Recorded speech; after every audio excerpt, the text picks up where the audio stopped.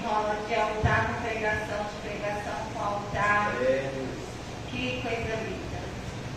Você vê, eu estou para conhecer um dia que você vai vir até o altar ou até a casa do Senhor e você não vai sair cheia, alimentada, né? Senhor, Senhor Jesus, conforme o Marcos 8 orou, Senhor, eu te peço, Espírito Santo, que vá a cada coração, a cada mente, a cada intelecto, Senhor. Senhor, o Senhor fala com a palavra com todos ao mesmo tempo, Senhor, porque o louvor fala com todos ao mesmo tempo. Senhor Jesus, fala com cada um. Espírito Santo, eu creio no teu poder que é tão grande, Senhor. É isso que eu te peço sobre a vida dos meus irmãos e peço bênção e força em nome de Jesus. Queridos, eu preciso fazer uma correção de domingo, que eu disse que o Senhor precisava de nós. O Senhor não precisa, o Senhor conta conosco, é diferente. Então, eu precisava corrigir. Se eu fosse dar um título, eu não sou muito de dar títulos, mas se eu fosse dar um título para essa pregação hoje, eu ia dizer assim: o encontro com o Senhor Jesus. Ou um subtítulo, eu diria: Jesus transformou a minha vida. Acredito que Jesus transformou as suas, né? Então, quando nós temos um encontro com o Senhor Jesus Cristo, você está em um caminho, você está em uma direção, você acredita em coisas. Aí acontece esse encontro e aí tudo muda. Porque na minha vida foi assim, mudança de valores, de caráter, de tudo que você imaginar, de pensar, de tratar as pessoas. Se você voltar lá atrás, como a gente estava falando aqui, de lembrar do que você já passou, já viu, já viveu, se você voltar lá atrás e lembrar desse encontro, você vai ver a transformação na sua vida, né? De vez em quando eu volto a visitar esses lugares e fico louvando e enaltecendo o Senhor, porque a mudança é grande. É grande mesmo. Só eu sei quando ela é grande, viu? Glória a Deus. Mas quando nós falamos de encontro, serve também.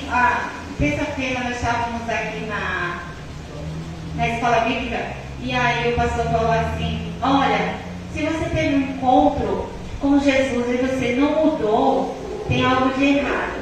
Aí eu falei assim: Senhor, vou ter que mudar a pregação, Senhor, porque eu estava falando que tipo, a aula foi o que eu ia falar, né? Aí eu disse: vou mudar a pregação, Senhor, porque a gente já estudou, a gente já viu o que a gente precisava ver. Mas eu depois eu falei assim: não, eu vou manter fiel àquilo que está no meu coração. Mas é verdade, não tem como nós termos um encontro com o Senhor Jesus Cristo e os valores que permanecer, se a gente olha para a gente mesmo, o valor que permanecer seja o nosso. Está errado. Não tem como a gente ter um encontro com o Senhor Jesus Cristo e a gente continuar valorizando as mesmas coisas que estão lá fora. Querendo ou não, as pessoas dizem assim: virou crente. E quando você fala que você virou crente para alguém, a pessoa, de verdade, não sei se é porque a minha família toda católica, mas eles botam a mão na cabeça e dizem que ficou doida. Vixe, agora vai ficar doida, perdeu o juízo, já era. Mas é isso mesmo, é você ficar doido por Jesus. É você ficar é transformação, porque o lugar que você sentava, você já não senta mais. Não dá para me andar com as mesmas pessoas, porque se elas quiserem andar comigo, elas têm que vir para cá. Porque em nome de Jesus eu não vou para lá. Então é mudança, é transformação. E a transformação total, se não mudou, seja para nós, seja para esse que está assistindo, tem que clamar aos céus pela mudança, porque encontro é mudança de caminho. E aí eu estava lendo e antigamente eles chamavam Jesus de um caminho. O caminho. Chamavam o Senhor Jesus de caminho. E é verdade, ele é o caminho. Mas falando de encontros, queridos, eu vou pedir para vocês abrir a Bíblia no livro de Atos, capítulo 9. Porque esse para mim foi um encontro. Eu procurei não. teve vários encontros, mas esse embasa muito bem o que eu estou falando. Porque o encontro de Paulo é um encontro de transformação de mente. O encontro de Paulo é assim, quando você vai ver uma pessoa em um caminho, uma direção, e após esse encontro é totalmente o contrário. Atos 9, capítulo 3, ou versículo 3. Diz assim, ó. E indo no caminho, aconteceu que, chegando perto de Damasco, subitamente o cercou um resplendor de luz do céu, e caindo em terra, ouviu uma voz que lhe dizia: Saulo, Saulo, por que me persegues? E ele disse: Quem és? E ele disse: Quem é? E ele disse: Quem és, Senhor? E disse o Senhor: Eu sou Jesus, a quem tu persegues. Duro para ti é recalcitrar contra os aguilhões do Senhor. Contra os aguilhões.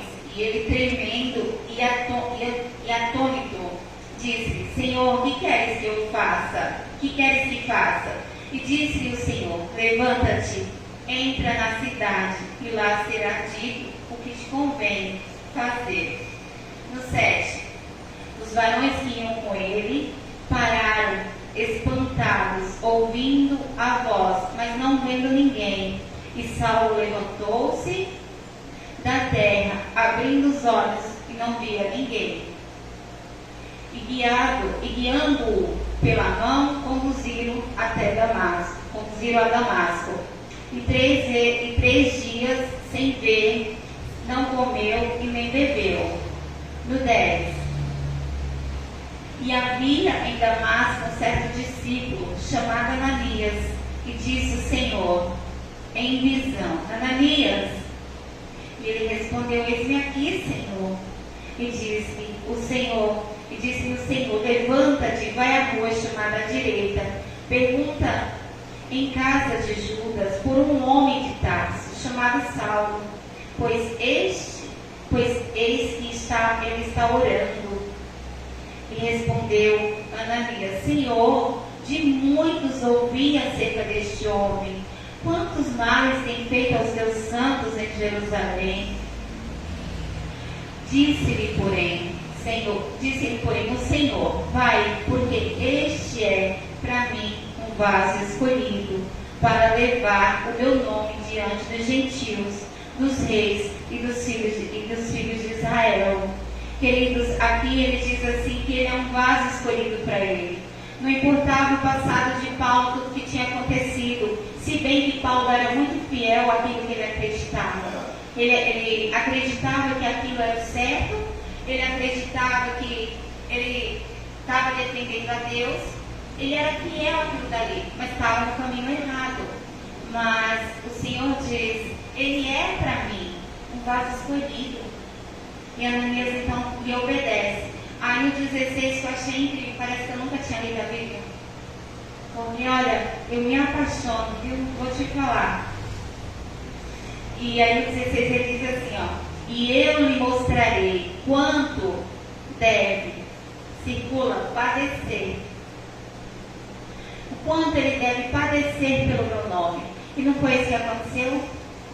Ele mostrou, eu acredito que ao encontro de Paulo com o Senhor Jesus, e pós que ele foi lá e ficou aprendendo do Senhor, deve ter mostrado para ele coisas, porque o que ele suportou, ele padeceu literalmente pelo nome do Senhor Jesus Cristo. E é lindo quando ele diz: E eu lhe mostrarei quanto ele deve padecer pelo meu nome. E Ananias foi e entrou na casa, e impondo-lhe as mãos, disse: Irmão Saulo, o Senhor Jesus, que te apareceu no caminho por onde vinhas, me enviou para que tornes a ver e sejas cheios do Espírito Santo. Esse encontro, queridos, eu acho ele lindo, porque verdadeiramente Paulo ele acredita em uma coisa, ele está em um caminho, ele está indo ali perseguir cristão, ele está indo ali para matar eles, mas ele no meio do caminho ele tem um encontro Quantos de nós não tem um encontro com o Senhor Jesus? Quando eu olho para trás, que eu contemplo lá atrás, meu Deus, mas ele está indo naquele caminho, ele cai do cavalo. E aí eu fui parar longe desse cair do cavalo, eu vim em casa ali sozinha, porque no norte, cair do cavalo, você vai fazer algo, ou você espera algo, você está ali naquela expectativa de alguma coisa, daquele jeito, vem alguém diz para você, cair do cavalo, né? Não é desse jeito não. Cair do cavalo é você acreditar, achar em alguma coisa que é daquele jeito, não é? Então, Paulo caiu do cavalo. Caiu de verdade mesmo. Mas esse encontro com o Senhor Jesus é você estar em um caminho, é você cair do cavalo, é Ele te dizer, olha, você vai agora para tal lugar, lá eu tenho uma pessoa que está te esperando, que vai te devolver a visão. E aí ele chega lá e assim ele faz, porque a visão de Paulo volta, Ananias vai na hora e a visão volta. Ele chega lá, ele ora, ele vê, mas o Senhor Jesus, eu acredito que ele está dizendo, ó Saulo, tu vai chegar lá, mas ele vai pôr as mãos sobre ti, tu vai voltar a ver. Mas agora você não vai ver só você, agora você não vai ver só seu mundo, agora você não vai ver só aqui, isso aqui, ó, eu vou te mostrar. Vai lá, que agora você vai ver através da minha ótica. Não é mais através da sua. A sua foi até aqui. Porque tem um ponto que Jesus vem e diz, filho, vem cá. Ele chama a gente para mais perto dele. Ele quer. E ele é bom pai. Então, eu olhando para isso, né, fui lá, voltei lá atrás. E achei o encontro do Paulo assim, maravilhoso, maravilhoso. Meu Deus do céu. Quando Paulo volta a enxergar, quando Paulo... Ele acredita, gente, é grande. É assim, é a pessoa acreditar. Sei lá, quantos anos ele tinha, pastor? Não lembro, eu também não. Agora não vai... Mas eu sei que ele tinha idade. Até aquela idade ele passou acreditando em uma coisa. Eu até os 35 anos passei acreditando em alguma coisa. Depois dos 35, vem Jesus diz assim, não, olha, é do meu jeito, olha, vem aqui. Aleluia. Eu não sei até onde Paulo contemplava isso, porque ali os romanos, ali os romanos olhavam para Paulo, devia dizer assim, um cidadão cheio de status, um cidadão que, nossa, o pessoal respeitava, agora era preso, era chicoteado, tudo passava por amor de Jesus Cristo, parecia pelo amor de Jesus Cristo. Como as pessoas de ele, de repente olhando, coitado, ó, tá numa fé aí tola, tá numa fé tonta, porque tinha tudo, deixou tudo para ir servir Jesus. Uma vizinha minha disse assim, Cláudia, essas coisas para você é mais apertada, não é não. Tudo bem que nós temos que andar certo na linha do Senhor, mas apertada é para todo mundo, eles que não se dão conta. Tá vendo? Eu contemplo os céus pelo acontecimento, pelo que o Senhor me achou, e aí eu também fui lá em Romanos 5. Romanos 5, 6. 5, versículo 6. Porque o Senhor Jesus sacrificou por nós. Porque nós temos que louvar o Senhor pelo sacrifício dele de cruz. Porque pelo sacrifício dele eu pude deixar de viver aquele mundo que eu vivia, de droga, bebida, prostituição e um pouco mais. Pelo sacrifício do Senhor. Então, irmãos, eu tenho que contemplar assim. E no versículo 6 diz assim, ó, no 5, 6, diz, porque Cristo, estando nós ainda fracos, morreu ao seu tempo pelos ímpios.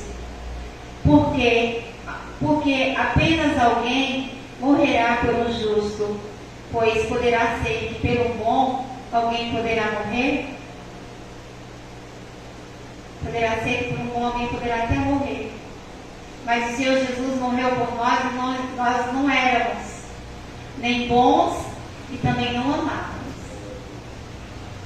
Então tem todo um diferencial e por conta desse amor nós estamos aqui hoje. Amém? Mas,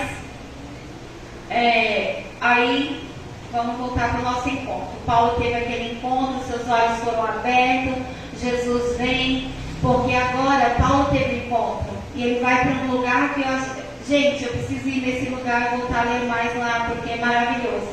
Ele vai para um lugar e ele se põe em um lugar. Põe para mim, David. Romanos 1. Jesus mostra para ele quanto ele devia parecer. Ele deixa de perseguir, passa a ser perseguido. Em Romanos 1, ele já tem tido um encontro. Ele se coloca nesse lugar. É ele que se coloca nesse lugar. Olha só. Romanos 1. Paulo, servo de Jesus Cristo, chamado para apóstolo, separado para o Evangelho de Deus. Tem versões que colocam servo, mas a palavra aí no original é escravo. Paulo, escravo de Jesus Cristo, chamado para apóstolo, para o Evangelho de Deus. Eu achei isso lindo, porque ele se coloca como escravo. Ele diz assim: eu sou escravo de Cristo. E ele é fiel, vou falar para vocês, ele é fiel àquilo que ele acredita. E como escravo de Cristo, ele se coloca totalmente nessa posição. Eu acredito que os romanos poderiam tentar ali convencer Paulo: olha, não, vem aqui, olha, vamos te dar um cargo maior, olha. Mas ele é fiel naquele propósito dentro do coração dele. E aí ele diz: escravo de Cristo. Ele se coloca nessa posição, irmãos, porque servo é assim, ó, eu peguei para vocês. Servo, ele pode ir embora. O servo é uma pessoa livre. Ele pode até receber um salário. Ele está servindo, de repente ele pode até receber um salário. O escravo, ele tem dono. Ele não recebe salário. E ele não pode se demitir. Paulo está dizendo exatamente isso. Olha, não tem outro caminho para mim. Eu me faço escravo de Cristo aqui, ó. Eu sou escravo de Cristo. Não, está dizendo assim: escravo não pode ir embora. Então é desse jeito. Eu não posso ir embora, eu não posso deixar, eu não posso parar. E gente, esse homem passa o resto da vida dele. É onde eu queria chegar. Que após esse encontro, ele passa o resto da vida dele. Ele gasta o tempo da vida dele todinho lutando por uma causa. Eu acho que eu definiria, mas isso é meu, essa causa que é a transformação de mente. É libertação. É cuidar da igreja, cuidar dos oprimidos. Paulo sai daquele lugar, se faz escravo e vai lutar.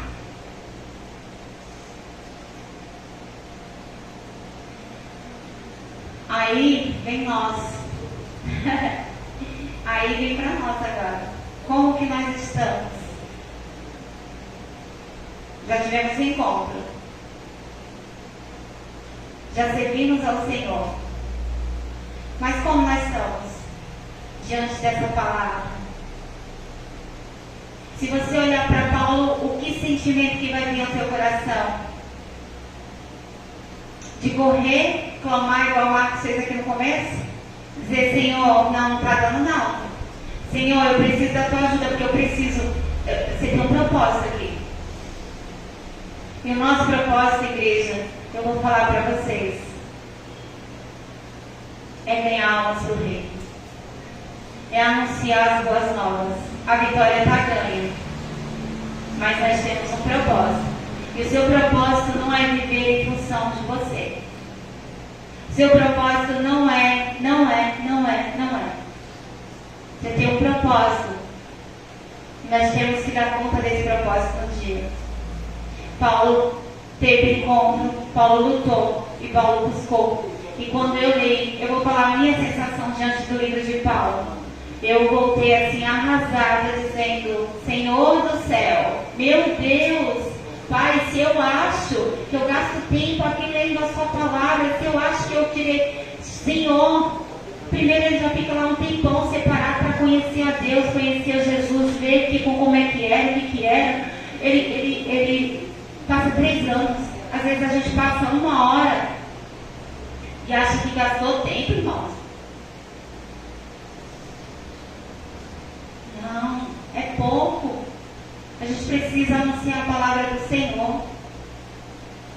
E essa oração do Marcos hoje por avivamento é exatamente isso. Ó, eu vou fechar, mas eu tenho uma coisa para dizer para vocês. Na minha vida. Ô David, pode preparar o vídeo. Na minha vida, não faz sentido, isso é para mim, eu dizer que eu sou serva de Deus, que eu sirvo a Deus pelo Senhor Jesus Cristo e viver em função de mim. De verdade, tem algumas coisas que eu preciso mudar. Esses dias eu peguei a Esther e saí de patins aqui, porque seu tempo é curto. Você tem que montar as coisas assim, sabe? Coloquei os patins dela, preciso mais panfleto, pastor. Peguei e coloquei os patins dela, ela tá ali. Saí dando a volta no Letícia, aí eu, Esther tá andando de patins. Ela fazia tudo bonitinho. Se eu aceito um panfleto, aí, Deus, ela vai ser mais fácil para eles pegarem um panfleto, hein, Deus. Mas a gente saiu, deu uma volta no Letícia todo, irmão. E eu fiz uma volta de patins com a minha filha, né? Porque não deixei ela sozinha. Mas isso foi há pouco. Eu quero fazer isso pelo menos 1 ou 2 vezes na semana. Porque de verdade, em nome de Jesus, eu não sei quem ele vai fazer. Mas nós precisamos alcançar o Jardim Letícia. Aleluia. Depois, a Novo Santo Amaro, não sei. É o Senhor quem faz. É o Senhor quem fala, igreja. E a oração do Marcos, ela foi muito pontual hoje. Porque é exatamente sobre isso. Ô David, pode pôr. Eu trouxe teve um The Voice. E eu saí remoída. Eu não quis ficar remoída sozinha, né? Então, eu trouxe para vocês. Eu trouxe para vocês. Pode pôr, David. Para finalizar essa semifinal, a 5ª etapa dessa temporada, gostaria que vocês recebessem o palco a Aimee Rocha. Fazemos campanhas para nós mesmos, eventos para nós mesmos, estocamos um maná para nós, oramos por nós e pelos nossos, o reino virou negócio, o dízimo importa mais do que os corações. Há um evangelho de fariseus, cada um escolhe os seus e se inflamam na bolha do sistema. Enquanto isso no Marajó, o João desapareceu, esperando os ceifeiros da grande seara. A Amazônia queima,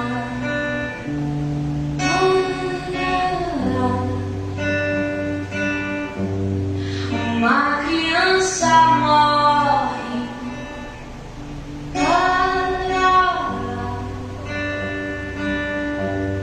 os animais se vão,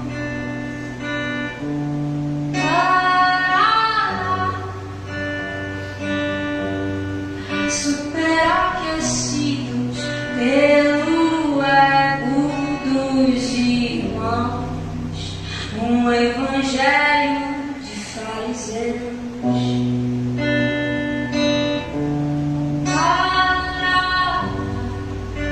Um evangelho de fariseus.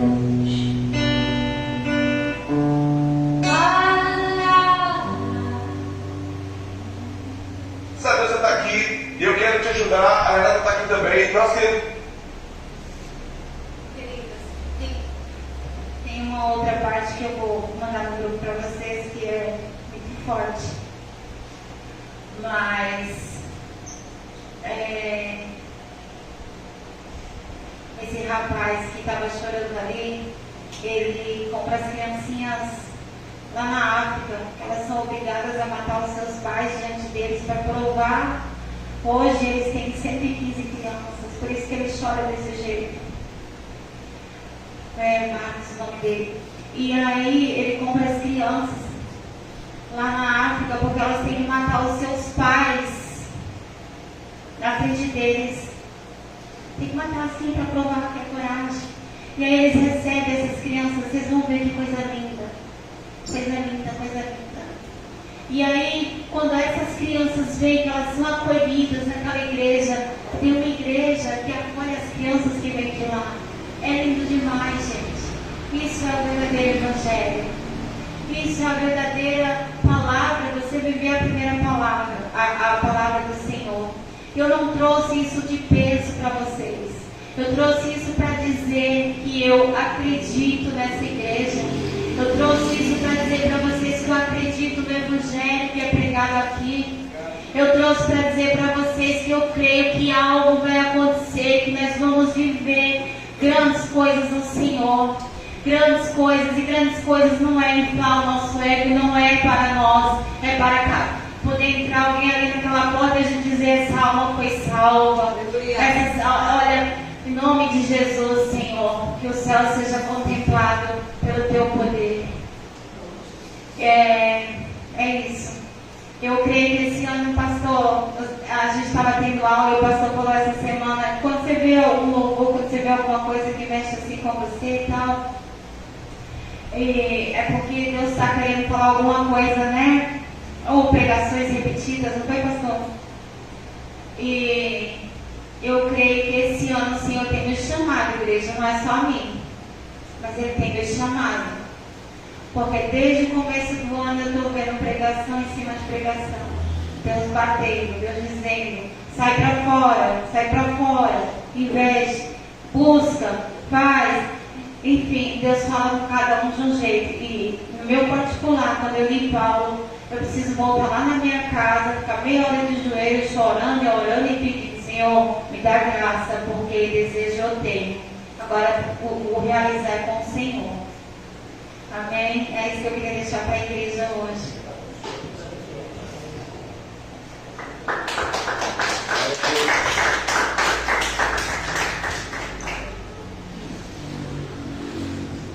Pode ser, queridos. Vamos orar para nós irmos para o nosso lar. Que Deus continue usando a vida do pastor Marcos, a Clécia e de cada um dos irmãos. Amém? Há muitos anos atrás, eu fui ministrado sobre uma situação que acontece muito conosco. O apóstolo Paulo, irmãos, quando ele termina o ministério dele, a gente olha para a vida de Paulo e vê Paulo como um cara que teve um ministério retumbante. E naquela ministração a pessoa levava a gente a refletir como Paulo via o seu ministério. Porque se você analisar a vida de Paulo e o resultado aparente dele para a sua época, é totalmente negativo. Paulo termina decapitado, abandonado por todos os irmãos, sozinho, num cárcere, condenado à morte. Então, aquilo que a gente faz para Deus, irmãos, eu acho que até para preservar a nossa própria alma, o Senhor não permite que a gente perceba. Mas todo dia que você está servindo a Cristo, você está fazendo algo pelo reino. Quando você serve a Deus com fidelidade, com sinceridade, porque é aquilo que eu digo sempre: o reino não é aqui. Aqui é um ajuntamento onde nós nos reunimos para ministrar, para ser ministrado, para fortalecer, para ser fortalecido. Mas você é o embaixador do reino de Deus por onde você passa. Para o cristão, não tem o secular e o sagrado. Tudo é sagrado.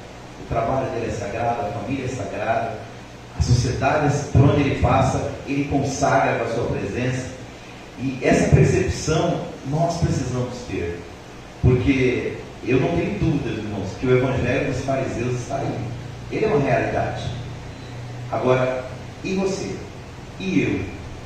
Será que a gente é parte disso? Né? Então eu me questiono muito acerca disso. E assim, eu me questiono também muito acerca dos resultados visíveis, porque Paulo era nessa perspectiva, já estou concluindo, né? Falta 1 minuto para as 9. É nessa perspectiva que ele fala assim: atentemos mais para as coisas que são invisíveis do que para as visíveis, porque as visíveis são passageiras e efêmeras, as invisíveis são eternas. Muitas vezes o inimigo quer colocar na cabeça da gente que o valor de uma igreja está na sua quantidade, está no ajuntamento que a gente faz uma vez ou 2 vezes por semana. Irmãos, o evangelho não é isso. O evangelho é você cumprindo uma missão dentro do propósito do reino de Deus. A nossa obrigação diante de Deus é focar na missão. Qual que é a missão? É plantar e regar. Agora só tem um nesse universo que pode dar crescimento: é Deus. E na boca de Jesus tem uma expressão muito forte. Ele diz assim: uma alma ganha vale mais do que o mundo inteiro perdido. Toda pessoa que faz a obra de Deus, irmão, sonha em ver as igrejas abarrotadas. Eu sonho com isso desde quando aceitei a fé. Só que por incrível que pareça, eu só vejo igreja lotada em festividade e às vezes nos domingos. Mas eu tenho certeza de uma coisa: tem 30 anos que eu luto para cumprir a minha missão para a qual eu fui chamado. E é isso que estimula você. Sabe por que eu estou dizendo isso, irmãos? Porque não tem nada que destrói mais ministério do que a gente tentar focar no resultado. Porque o resultado, porque esse mundo que nós vivemos é o mundo da meritocracia. E ele bate muito nessa tecla. Aonde você trabalha, você é cobrado pelas metas, pelas vendas, pelo comércio, né? Tá aqui algumas pessoas que estão nas lojas. E essa pressão, muitas das vezes, o mundo quer colocar sobre nós que somos igreja. Irmãos, eu sonho, o meu sonho é servir a Deus numa igreja que domingo a domingo ela esteja cheia. Só que para mim, eu sinceramente, uma pessoa que já com 30 anos no evangelho, para mim isso virou uma utopia. Então o que eu faço? Para eu não desanimar, eu foco na minha missão. Então a cada dia que eu levanto da minha cama como cristão, eu foco: eu tenho que ser fiel até a morte para que eu possa carregar a coroa da vida um dia. Porque quando eu olho ao meu redor para os resultados, e tem um vídeo, se você pesquisar, pesquisa assim no YouTube, Ministérios Fracassados, tem um videozinho. A maioria das pessoas que fazem a obra de Deus com integridade, eu vi um homem, pastor Jeremias Pereira, pastor de uma igreja que reúne no domingo 5.500 pessoas. Ele falou: eu considero meu ministério fracassado. Mas uma igreja que reúne 5.500 pessoas, ele falou: quantas pessoas tem em Belo Horizonte? Quando eu comparo a minha igreja, que tem 5.500 pessoas no domingo, com o número de pessoas que tem em Belo Horizonte, eu vejo que eu sou um fracassado. E sabe por que o Senhor coloca esse sentimento em nós, irmãos? Para que a gente nunca se acomode. Nós não podemos nos acomodar. Mas todas as vezes que você está muito triste, sabe o que Deus faz? Faz o que fez com a pastora Célia. Faz você encontrar um fruto daquilo que você fez para Deus. E aquilo renova as suas forças. Então, irmãos, vamos continuar focados na nossa missão. E ó, eu não espero dias mais fáceis. Sinceramente, eu não espero dias mais fáceis. Porque a Bíblia fala que no final dos tempos, um dos maiores sinais da volta de Cristo é que o amor de quase todos se esfriaria. Fala para mim se não é isso que nós estamos percebendo. Só que o nosso foco, irmãos, é que nós amamos Ele porque Ele nos amou primeiro. E isso é a motivação para a gente continuar. Amém? Fica de pé em nome de Jesus. E ó, no meio do evangelho dos fariseus, você pode fazer a diferença. Você pode ser diferente. Você pode ser luz no meio das trevas. Eu sou um pastor frustrado, porque eu acredito que aquilo que nós fazemos para Deus poderia ser muito maior e muito melhor. Só que sabe o que me consola? Eu não vivo numa meritocracia cristã. Eu vivo no ambiente da graça de Deus, né, pastor Marcos? É isso que nos fortalece. Porque a meritocracia nesse mundo muitas vezes nos desanima. Mas o reino é muito maior. Se no decorrer da nossa caminhada a gente conseguir salvar alguém, fora que Deus não deixa a gente ver também o que acontece no mundo espiritual cada vez que nós nos movemos aqui. Enquanto nós estamos aqui, ó, a Bíblia fala: onde estiverem 2 ou 3 reunidos no nome dele, ele ali está. Imagina o que o Senhor está fazendo nessa região, salvando, curando, libertando. Só que ele já não deixa a gente ver para a gente não se glorificar, né? Então, ó, carregue em você aí as marcas de Cristo. Amém? Oremos ao Senhor. Bendito Deus eterno, Pai, Obrigado por esta palavra, Senhor, que falou do encontro que nós temos contigo, que transforma a nossa realidade. Ó Deus, como a nossa percepção muda quando nós passamos, meu Deus querido, a caminhar contigo. Muitas das vezes, Senhor, nos sentimos frustrados, abatidos, desanimados, porque, meu Deus, o nosso resultado não é aquele que nós almejamos, desejamos ou buscamos, ó Pai. Mas nós temos certeza de uma coisa, Senhor, que fiel é aquele que nos chamou, que segundo a Tua palavra também nos fará. Nos ajuda, Pai, a focarmos na nossa missão de pregar o Teu Evangelho, de anunciar o Teu reino, de plantar sementes do Evangelho, de regar sementes do Evangelho, Senhor, por onde quer que a gente passe. Nos ajude, Senhor querido, a tirarmos, meu Deus querido, de dentro de nós aquilo que de melhor o Senhor tem colocado aqui, porque a Tua palavra diz que o vaso é de barro, mas o Senhor depositou nele um grande tesouro, que é o Teu Evangelho, que é a Tua graça, que é o Teu Espírito Santo.